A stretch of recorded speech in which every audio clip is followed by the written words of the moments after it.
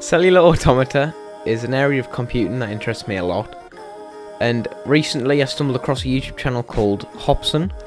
Now Hopson is a massive inspiration to this video, and he's a massive inspiration to me getting into cellular automata, so I'd like to thank him a lot, and you can check out his channel in the description if you haven't heard of him, but likely you have if you're here. I decided it would be best to start with Conway's Game of Life, as it's not only easy to do, but it's well known, and I think it would be good to replicate, which is why I went into it first. So for people who don't know Conway's Game of Life, I'll explain that now. Otherwise, you can skip to skip the rules.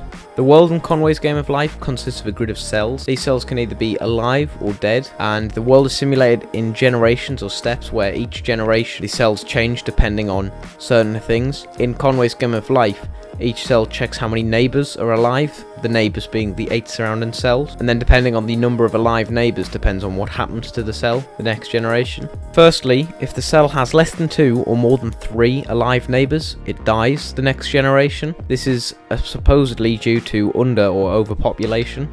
If there are exactly 2 or 3 alive neighbours, then the cell will remain alive next generation. This is supposed to be the Goldilocks point, the best point. If a dead cell has exactly 3 surrounding neighbours, then the next generation will become alive or active, but only 3 specifically. These are all the rules that apply to Conway's Game of Life.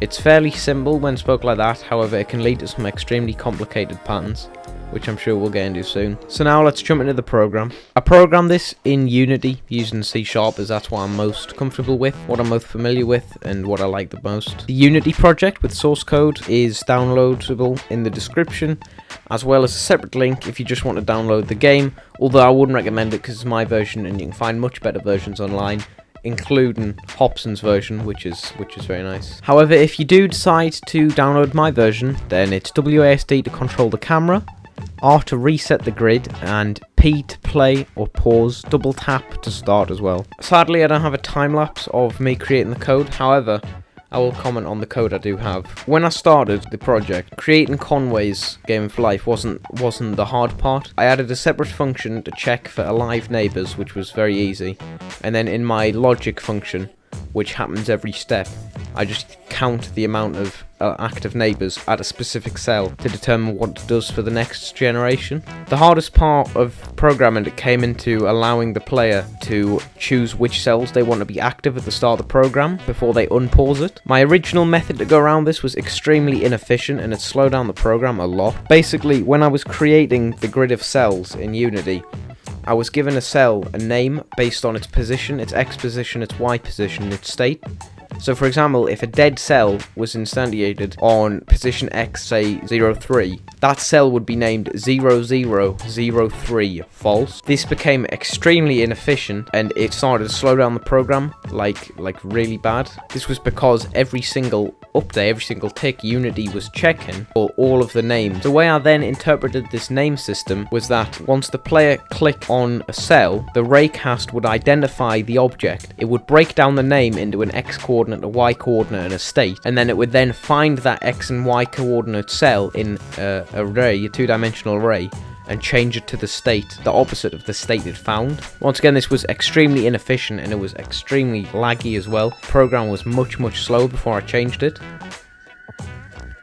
However, I did manage to change it, and I don't see why I didn't think of this first time round.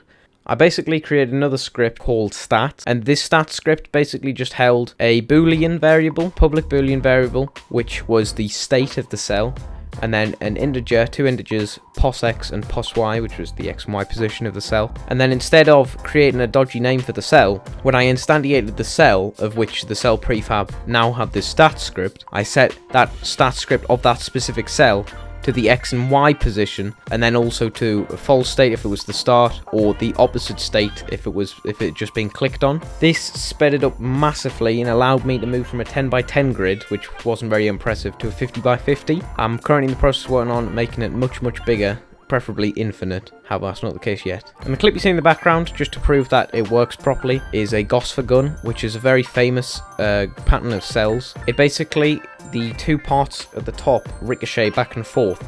Every time they meet in the middle, they create what's known as a glider. Gliders basically travel in one direction infinitely. and you can see the gliders there being shot out diagonally. Also, this second pattern here is called Acorn. It's notorious for becoming much more complicated and bigger than its original start point. So both of those there can be seen just to prove that the software's run properly. I'll be making a lot more of these types of videos, specifically to do with Cellular Automata, as it interests me a lot. So subscribe if you'd like to see more in the future. I actually currently have one in the works called Tribes, and I am learning C++ and would love to do stuff with that in the future as well. Once again, thanks to Hopson. He's linked in the description, as I said. He's a great inspiration and a great YouTuber, and his videos are really good. That's basically all I have to say. Stick around for more. Thank you for watching, and I'll see you later.